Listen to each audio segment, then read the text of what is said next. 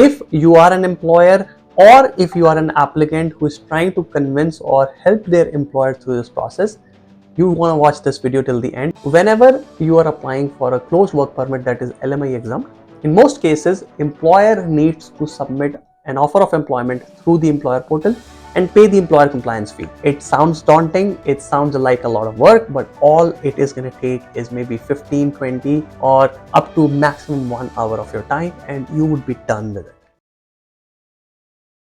When applying for an LMIA exempt closed work permit, an important step in the process is for the employer to submit a job offer through the canada.ca employer portal.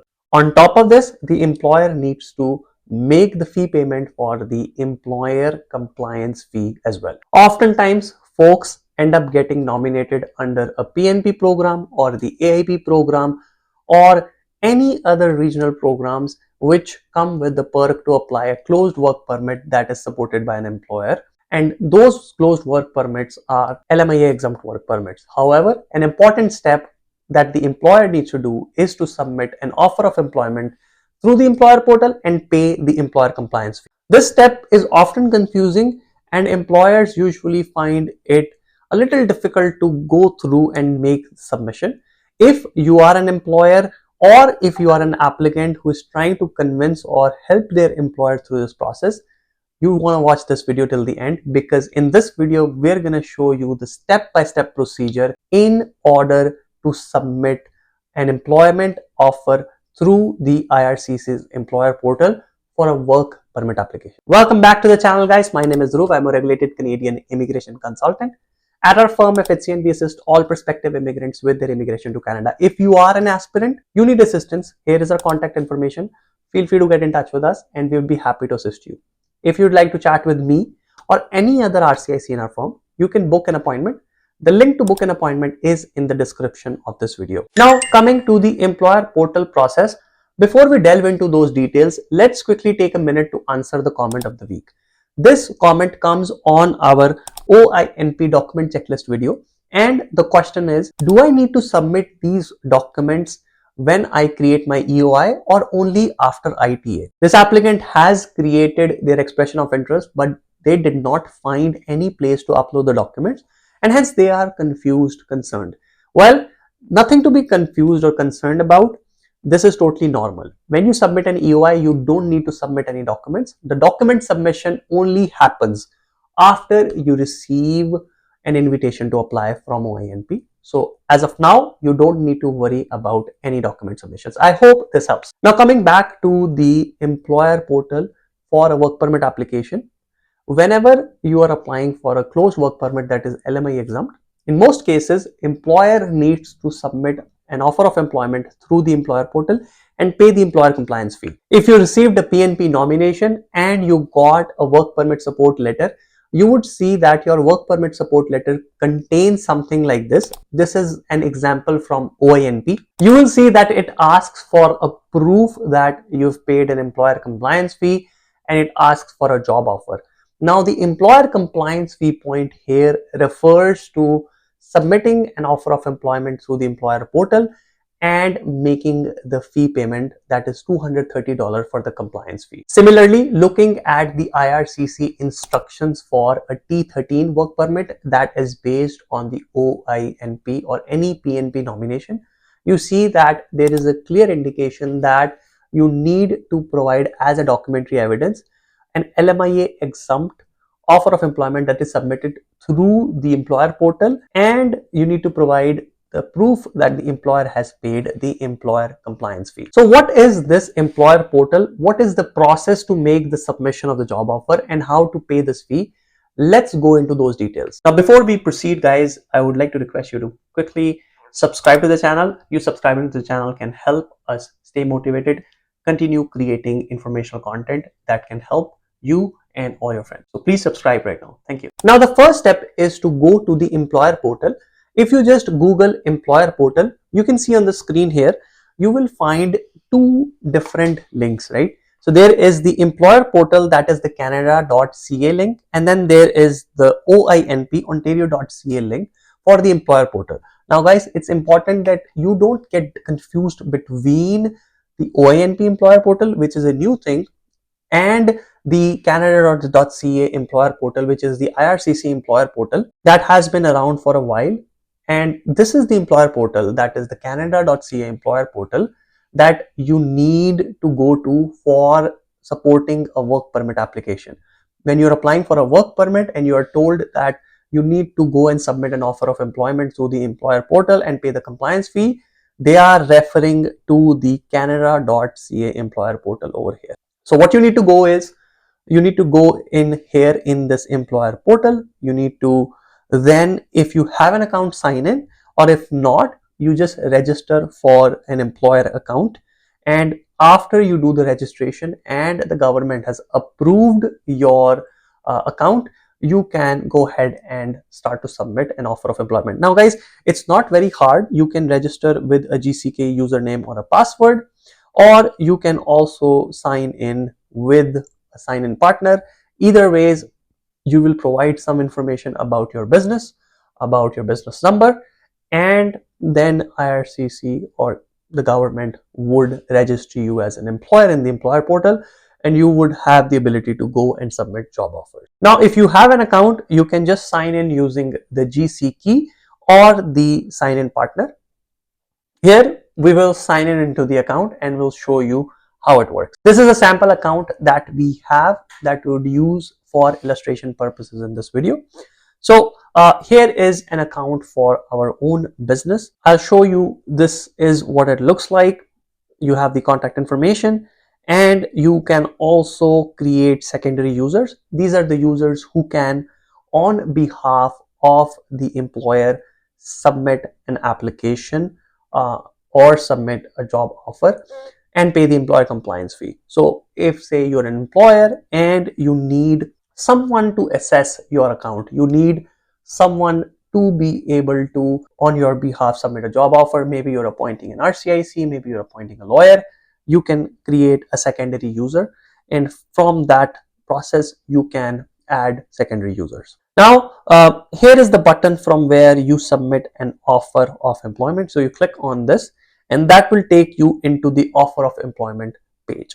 Now guys, this is the form you need to fill, and I'll show you over here. The first thing is you provide the business information, which is already there, and you put the phone number. Let's just put some data in here for the purpose of submission. Then you provide the business address, say 373. I'm just going to put some information for your reference.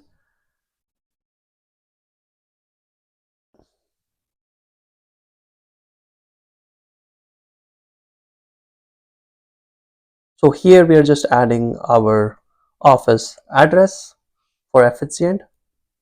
So is your business address different mailing address? The answer is no. Type of business, incorporated, depending on whatever your type is, you select it. Is this business a franchise? If it's a franchise, it's using licensing or trademarks. Well, if that applies to you, then you say yes. If not, then you say no.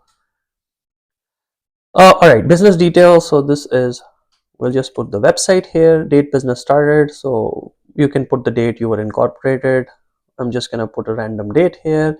Principal business activity, let's say just immigration services for foreign nationals, Canadians, and permanent residents.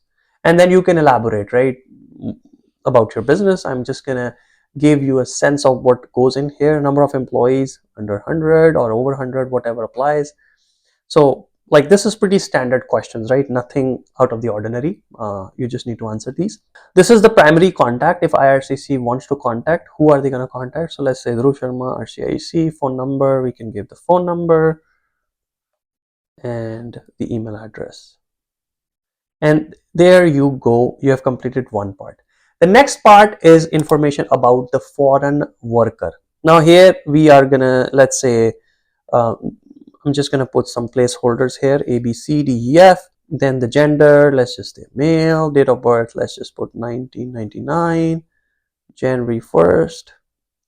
Country of birth is, let's just put United States, country of residence, Canada, assuming, I mean, it could be anything, right? Like the person that you're hiring may be in Canada, maybe outside, wherever they are, you put that information. Citizenship, let's say United States, passport number A1234567, just for reference.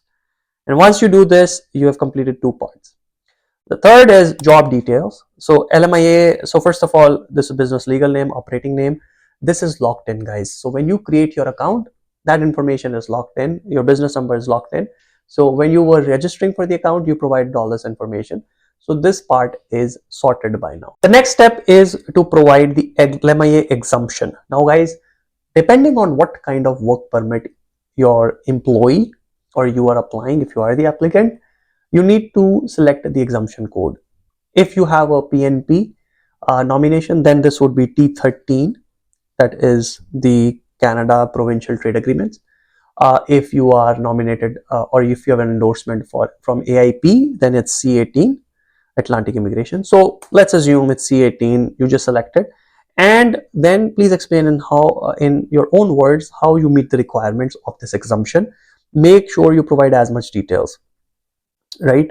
And here you will say that received endorsement from Atlantic Immigration Program in Nova Scotia.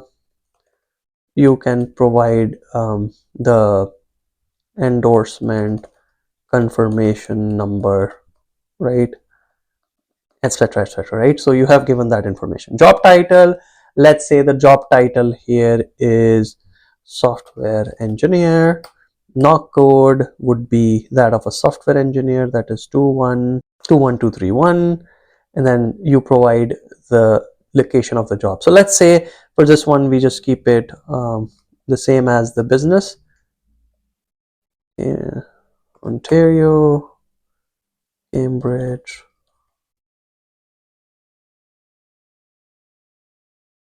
Will the worker perform duties as more than one location?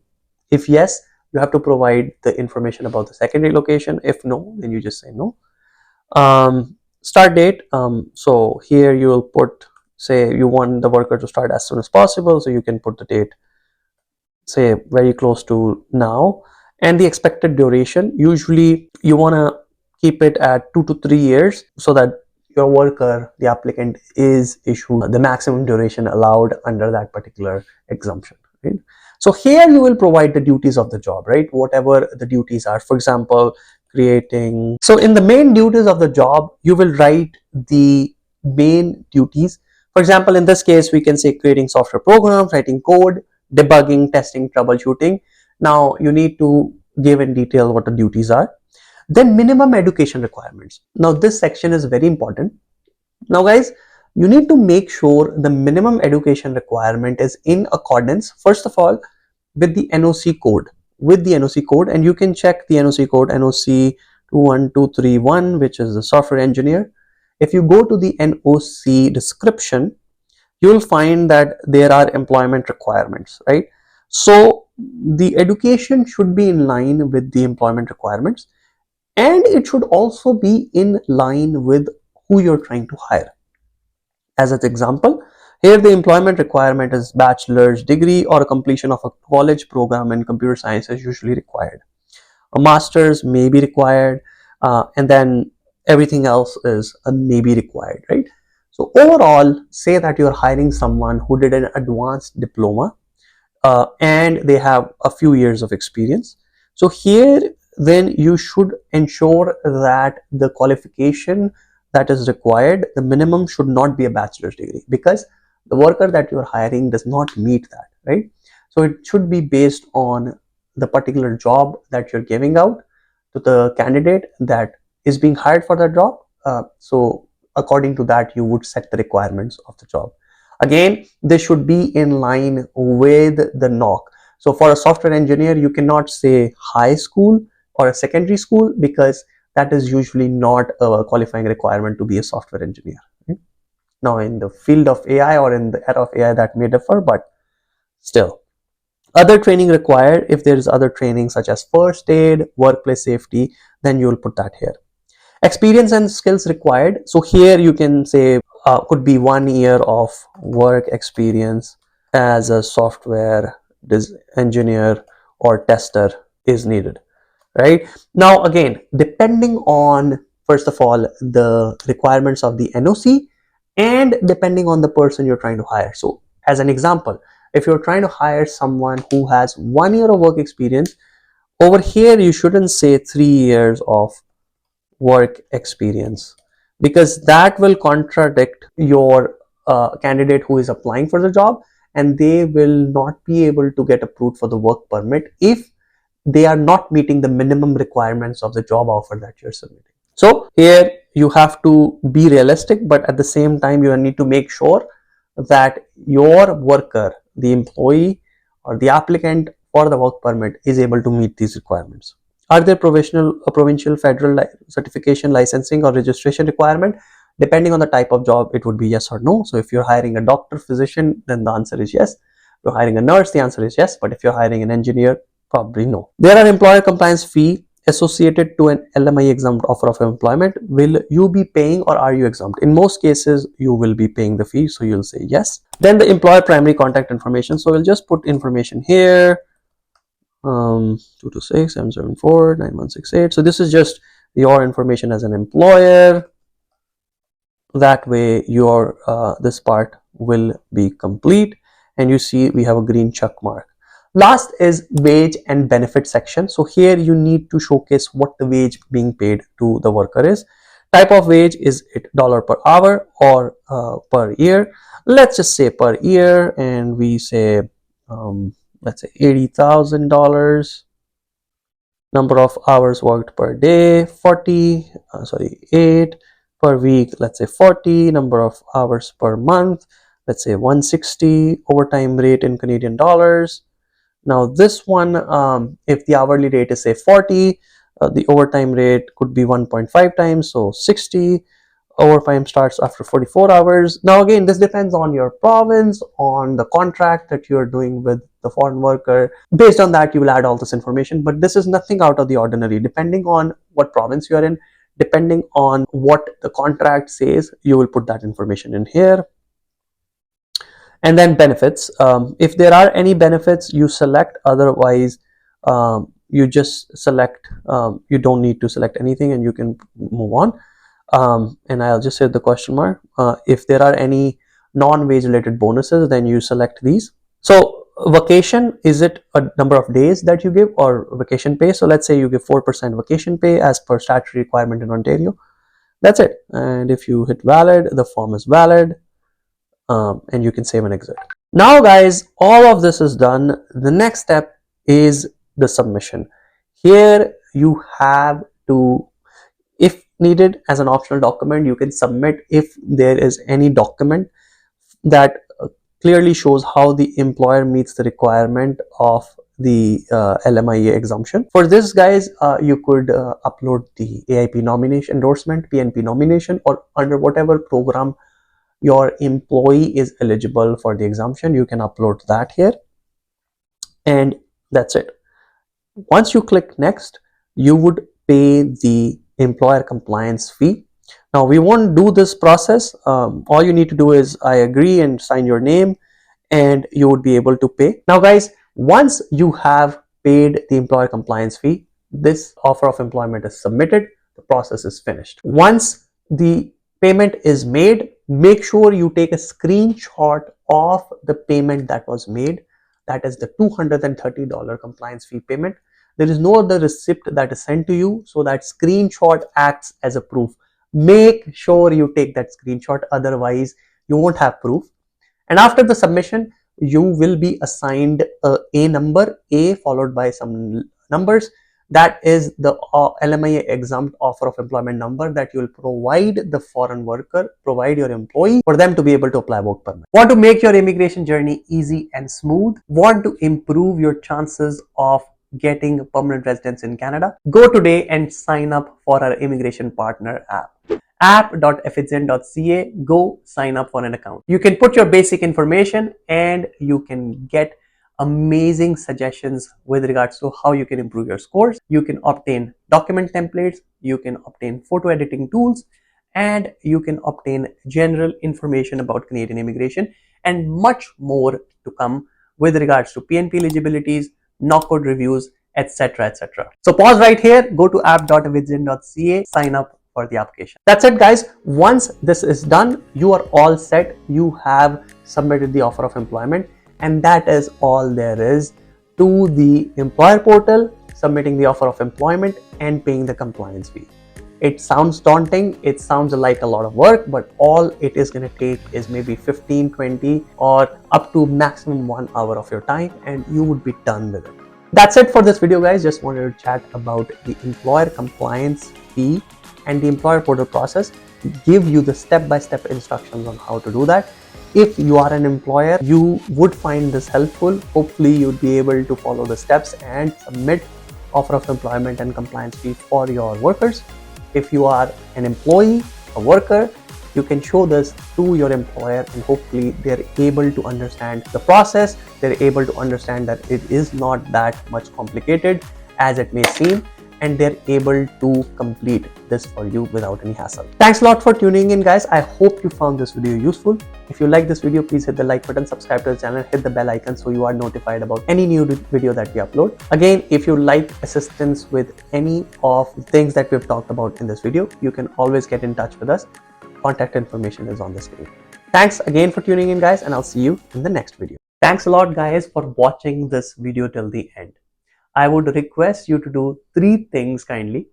Number 1 is to subscribe to this channel. You subscribing to this channel allows us to create more and more informative videos and improve the content that we deliver. Secondly, please mention in the comment section what you liked about this video, what you disliked about this video, and what would you like us to cover next, so that we cover what you want to see and we don't make the same mistakes again. Thirdly, I would request you to kindly share this or any one video from our channel with any one friend of yours, because one piece of information can change someone's life. Thank you very much and keep watching FHC Link.